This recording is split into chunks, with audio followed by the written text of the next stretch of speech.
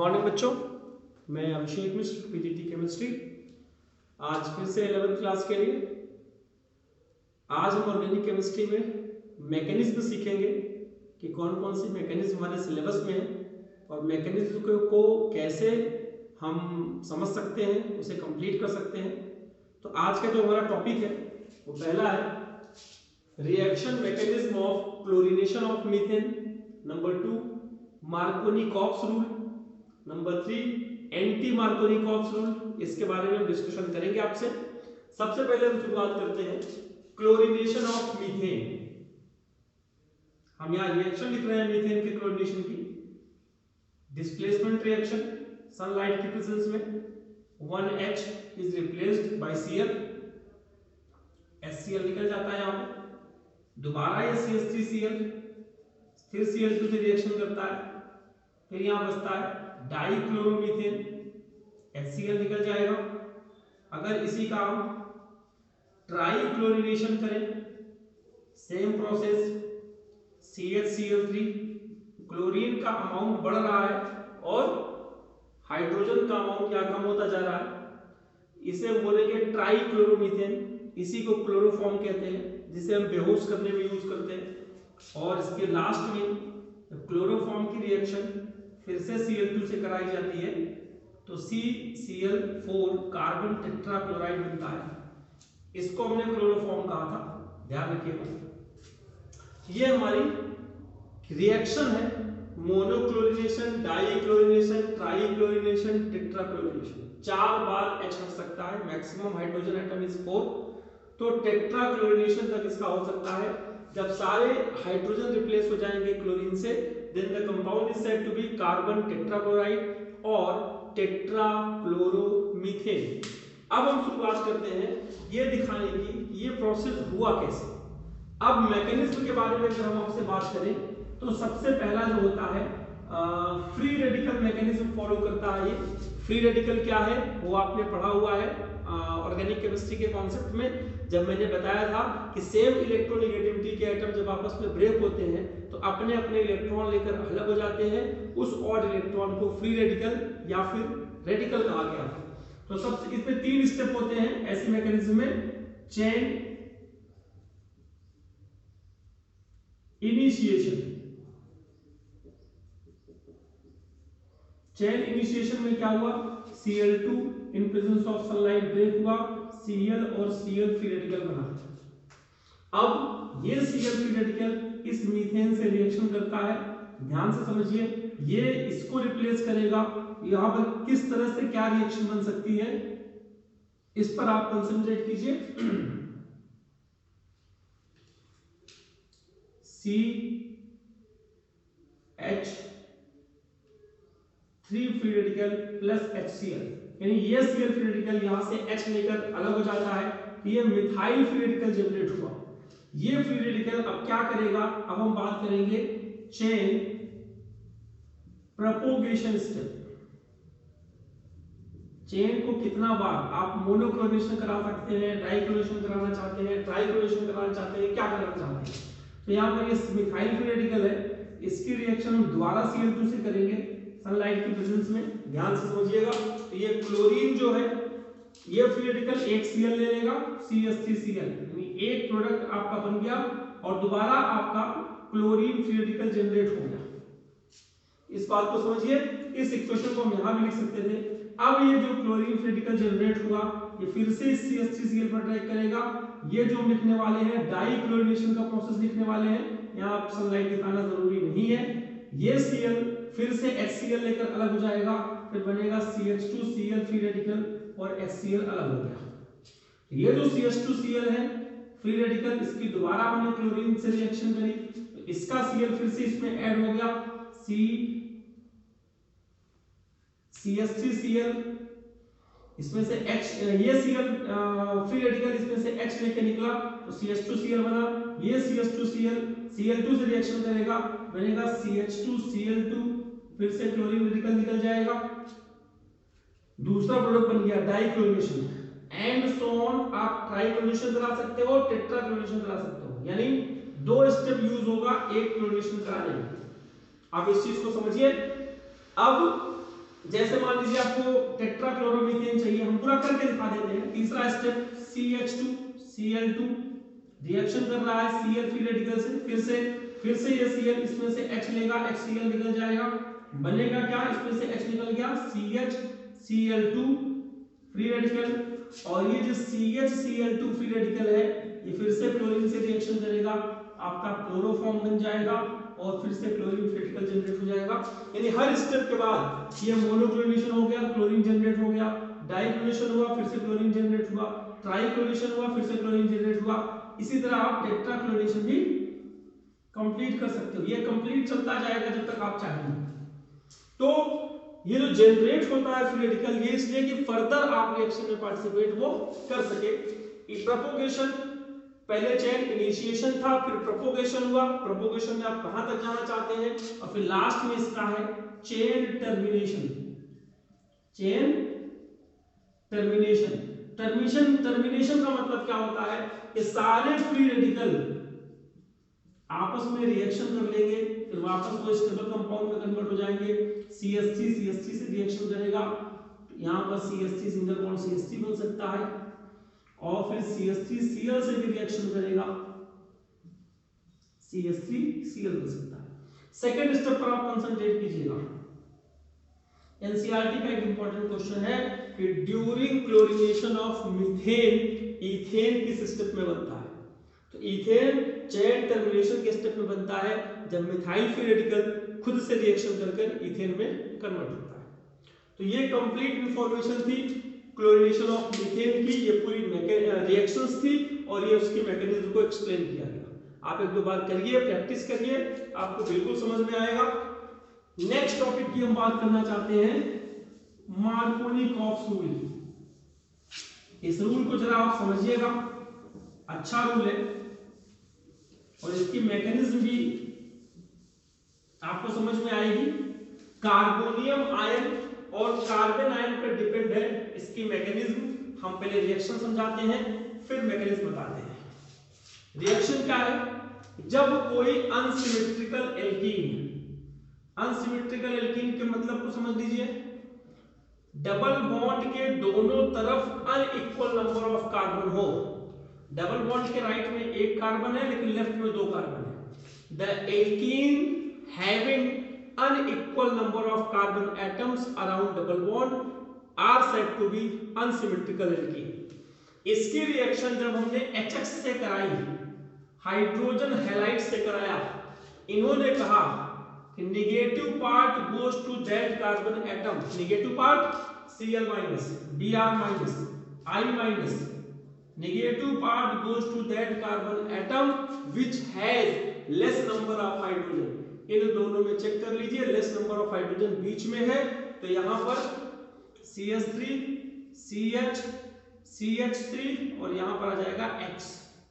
ये आपका major product बना, हमेशा बीच में जाएगा हेलोजन अगर मार्कोनी-कॉप्स रूल फॉलो कर रहा है तो कोई भी hydrogen halide HCl HBr HI HF, ये फ्लोरीन क्लोरीन ब्रोमीन आयोडीन बीच में जाएगा, उस कार्बन के पास जाएगा जहां कम हाइड्रोजन हो, ये रूल कहता है।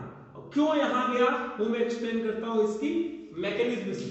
तो मैकेनिज्म देखिएगा इसकी कि बीच में वो क्यों गया, इंपॉर्टेंट चीजें आप समझिए। तो पहला स्टेप इसका सबसे सिंपल तरीका, HX हमने लिया, ब्रेक किया तो H प्लस बना और X माइनस बना।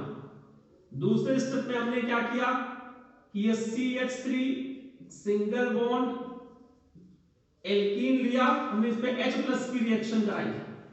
इलेक्ट्रोमेरिक इफेक्ट पर कंसंट्रेट कीजिएगा कि ये H बीच में भी जाएगा, कॉर्नर पे भी जाएगा।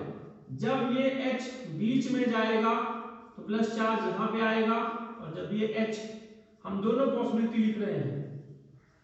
अब ये देखिए 1 degree carbonium ion, 2 degree carbonium ion, तो 2 degree carbonium ion is more stable then 1 degree carbonium ion, ये आप पढ़ चुके हो। दोनों पॉसिबिलिटी देखना, जब H इस कॉर्नर पे जाएगा तो प्लस चार्ज बीच में आएगा, और जब H बीच में जाएगा तो H प्लस चार्ज आपका कॉर्नर पे जाएगा, तो 1 डिग्री और 2 डिग्री बनेगा। 2 डिग्री ज्यादा स्टेबल होंगे कार्बोनियम आयन, तो जो ज्यादा स्टेबल है उस पर हम X माइनस का अटैक करते हैं। तो जो आपका प्रोडक्ट है वो बीच में जाता है, और इसी को कहते हैं मेजर प्रोडक्ट। कौन सा प्रोडक्ट? Major product. क्यों? क्योंकि ये स्टेबल कार्बोकेटायन से बना है। हम चाहे तो फोर्थ स्टेप दिखाएं चाहे न दिखाएं, यानी लेस वाले पर भी थोड़ा सा अटैक होगा। जो स्पीसीज बनेगी वो बहुत माइनर बनेगी, बहुत कम समय के लिए बनेगी। मोर देन 90% होता है मेजर वाला, माइनर वाले का अमाउंट बहुत कम होता है। तो आपने ये समझा on the basis of carbonium ion mechanism, यानी ये कार्बोनियम आयन मैकेनिज्म फॉलो करता है। कार्बोनियम आयन मैकेनिज्म कैसे फॉलो करता है मैंने आपको समझाया। एक बार खुद देखिएगा, अपने आप करके चेक करिएगा कि प्लस इलेक्ट्रोमैग्नेटिक इफेक्ट होने के बाद दो पॉसिबिलिटीज बनी। जो स्टेबल है उस पर नेगेटिव वाले का अटैक हुआ तो मेजर प्रोडक्ट बन गया। अब हम बात करते हैं anti Markovnikov rule. Anti Markovnikov rule में पहले मैं एक बात बता दूं आपको कि केवल HBr का अटैक होता है, HCl, HF और HI anti Markovnikov rule follow नहीं करते। ये आपको समझना पड़ेगा। HCl, HF और HI do not follow anti Markovnikov rule. X is equal to only Br minus। क्या हो सकता है वो देखिए। When हाइड्रोजन ब्रोमाइड, अब तुम सिंपली हाइड्रोजन ब्रोमाइड कह सकते हैं क्योंकि बाकी रिएक्शन नहीं करते, reacts with unsymmetrical alkene in presence of peroxide। Organic peroxide होता है और इसी को हम बोल सकते हैं पेरोक्साइड इफेक्ट भी कहते हैं, क्योंकि ये पेरोक्साइड की प्रेजेंस में होता है। खराश इफेक्ट कहते हैं, खराश नामक साइंटिस्ट ने बोला था इसको। Anti Markovnikov rule is also said to be Kharasch effect, peroxide effect, or in this reaction according to this rule when the hydrogen bromide reacts with unsymmetrical alkene in presence of peroxide, then negative part goes to that carbon atom which has more number of hydrogen। ये आपका major product बनता है। और मैं आपको बता दूं कि ये फ्री रेडिकल मैकेनिज्म फॉलो करता है, क्योंकि मैंने आपको बताया था कि फ्री रेडिकल कब बनता है, या तो सनलाइट की प्रेजेंस हो, या तो हीट की प्रेजेंस हो, या फिर पेरोक्साइड हो। तो ये आप समझिए इसकी मैकेनिज्म को कैसे एक्सप्लेन करेंगे। याद रखिएगा ये तीनों मैकेनिज्म में से एग्जाम में एक न एक जरूर आती है, इसलिए इसकी प्रैक्टिस आप अच्छे से करेंगे। ये मत सोचिएगा कि बस ऐसे बताया जा रहा है। समझने ऑर्गेनिक केमिस्ट्री के लिए तो इंपॉर्टेंट है ये, साथ ही साथ एग्जाम के पॉइंट ऑफ व्यू से तीनों मैकेनिज्म मोस्ट इंपॉर्टेंट है। अब हम बात करते हैं, इसमें फिर से स्टेप आ जाएगा चेन इनिशिएशन स्टेप। क्यों? क्योंकि फ्री रेडिकल मैकेनिज्म है। तो क्या होगा इसमें भाई, अब इसमें देखिएगा हम एक पेरोक्साइड लेते हैं, बेंजोइल पेरोक्साइड, जिसकी हेल्प से हमने ये बनाया C6H5CO का होल ट्वाइस O2, जिसकी प्रेजेंस से ब्रोमीन फ्री रेडिकल निकलेगा। कैसे निकलेगा देखिए, C6H5CO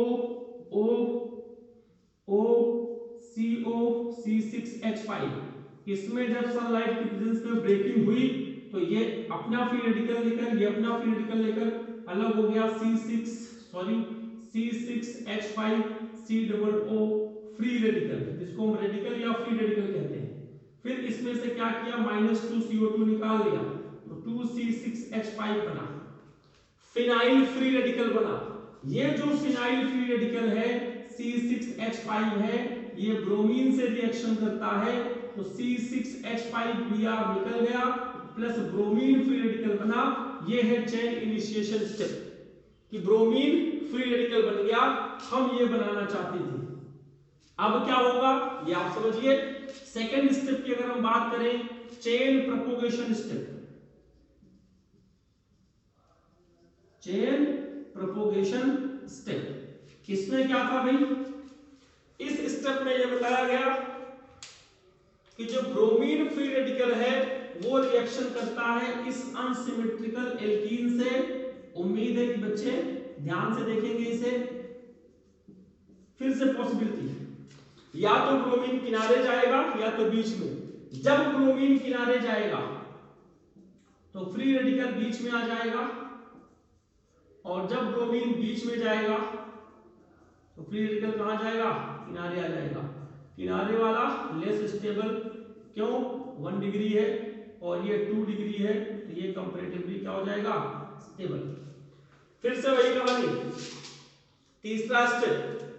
अब आप चेक कर लीजिए कि जो स्टेबल है यानी CH3 CH free radical CH2Br, ये स्टेबल है, इसकी रिएक्शन फिर से Br2 से कराई गई, Br2 से नहीं सॉरी HBr से कराया गया, HBr से कराया गया। या हमने गलत कहा है भाई, यहां पर HBr की रिएक्शन थी और फिर ये बेंजीन में कन्वर्ट हो जाता है, ब्रोमोबेंजीन नहीं बनता, ये मेरी मिस्टेक है। तो ये जो HBr से जब रिएक्शन होगी तो H जो है फ्री रेडिकल के पास चला जाएगा, CH2Br, ये आपका हो गया मेजर प्रोडक्ट, क्या बन गया, और प्लस करके क्या निकल जाएगा, दोबारा Br फिर निकल जाएगा ताकि वो फिर से अटैक कर सके। माइनर वाला भी आप चाहे तो दिखा सकते हैं, जो कम स्टेबल है, फ्री रेडिकल की स्टेबिलिटी जाके चेक कर लीजिएगा पिछले लेसन से। तो यहां पर जो बना CH3 CH Br CH3 plus Br free radical, ये आपका हो गया माइनर। इस मैकेनिज्म को फिर से देखिए अच्छे से, पहले स्टेप में परेशानी होगी क्योंकि 11th क्लास के बच्चों के लिए इसको समझना जरा सा मुश्किल है। बेंजोइल परऑक्साइड, ये परऑक्साइड H2O2 की तरह है, बस आप समझिए HOOH, तो H की जगह आप लिख लीजिए C6H5CO, इसको रिप्लेस कर दीजिए, बन जाएगा C6H5CO का ट्वाइस O2, समझ में आ जाएगा। H2O2 की तरह ही बेंजोइल परऑक्साइड है, जिसमें ये परऑक्साइड बॉन्ड होता है, इसको एक्सप्लेन करके दिखाया मैंने। हाफ स्ट्रक्चर दूसरे हाफ का मिरर इमेज होता है, सिमेट्रिकल होता है, इसलिए इसमें फ्री रेडिकल जनरेट होता है। तो जो फ्री रेडिकल जनरेट हुआ फिनाइल, उसकी रिएक्शन HBr से कराई तो H जो है इसके पास चला गया, बेंजीन बन गया, और ब्रोमीन फ्री रेडिकल जनरेट हुआ, ब्रोमीन फ्री रेडिकल, जो अनसिमेट्रिकल एल्कीन पर रिएक्शन करके दो तरह के फ्री रेडिकल जनरेट करता है, 1 डिग्री और 2 डिग्री। तो 2 डिग्री वाला स्टेबल होगा, तो 2 डिग्री वाला फ्री रेडिकल जब वापस HBr से रिएक्शन करता है तो 1 ब्रोमोप्रोपेन बनता है, जो कि मेजर प्रोडक्ट होता है, स्टेबल होता है। अब मैं बताता हूं आपको कि HCl और HF ये रिएक्शन क्यों नहीं देते। मोस्ट इंपॉर्टेंट बात रीजनिंग के लिए, पहली बात HF तो बहुत ज्यादा स्ट्रॉन्ग बॉन्ड है, ब्रेक ही नहीं होता है परऑक्साइड की प्रेजेंस में। HCl का बॉन्ड भी स्ट्रॉन्ग है, ब्रेक नहीं होता, यानी ये ब्रेक होके फ्री रेडिकल जनरेट नहीं करेगा, जब भी ब्रेक होगा H+ और Cl- में ब्रेक करेगा। हम बोलते हैं the bond in HCl is too strong, TOO, too strong to generate free radical. तो HI में क्या होगा भाई, HI तो बड़ी आसानी से ब्रेक हो जाता है, फ्री रेडिकल भी जनरेट हो जाता है कि H और I फ्री रेडिकल बन गया, लेकिन ये कहते हैं कि जो I फ्री रेडिकल है खुद से रिएक्शन करके I2 में जल्दी कन्वर्ट हो जाता है। तो I2 में कन्वर्ट हो जाएगा तो अटैक कहां करेगा, तो ये ज्यादा देर तक रुकता नहीं है, ये हाईली खुद से रिएक्शन करके I2 में कन्वर्ट हो जाता है। That is why HF HCl HI do not undergo anti-Markovnikov rule even in presence of peroxide, चाहे पेरोक्साइड हो चाहे ना हो, हमेशा ये तीनों मार्कोनिकॉफ्स ही देंगे। एंटी-मार्कोनिकॉफ सिर्फ HBr देगा, वो भी चेक करना है जब पेरोक्साइड हो, अगर पेरोक्साइड नहीं है तो वो भी मार्कोनिकॉफ रूल देगा। उम्मीद है कि आज की इस क्लास में आपने ये सीखा कि हम मैकेनिज्म को कैसे कंट्रोल कर सकते हैं, कैसे समझ सकते हैं, कौन सा डिजायर्ड प्रोडक्ट किस तरीके से बना सकते हैं। प्रैक्टिस आपके ऊपर डिपेंड करती है, आप इसका जितना प्रैक्टिस करेंगे, जितना समझेंगे, ये मेरी गारंटी है कि इसमें से कुछ ना कुछ एग्जाम में जरूर आएगा लिखने के लिए, चाहे मार्कोनिकॉफ, चाहे एंटी मार्कोनिकॉफ रूल, और चाहे क्लोरीनेशन ऑफ मीथेन की मैकेनिज्म। तो लास्ट में मैं फिर से यही कहूंगा कि अपने आप को कोरोना से सुरक्षित रखते हुए, सोशल डिस्टेंसिंग का पालन करते हुए, मास्क का प्रयोग करते हुए, फ्रीक्वेंटली हैंड सैनिटाइज करते हुए अपने आप को सुरक्षित रखें, और जितना भी पॉसिबल हो ऑनलाइन टीचिंग के माध्यम से अपना कंटेंट एनरिचमेंट करते रहें, क्योंकि एग्जाम आपके प्रपोज्ड है नेक्स्ट मंथ में। आज की क्लास में बस इतना ही, बाकी अगली क्लास में। धन्यवाद।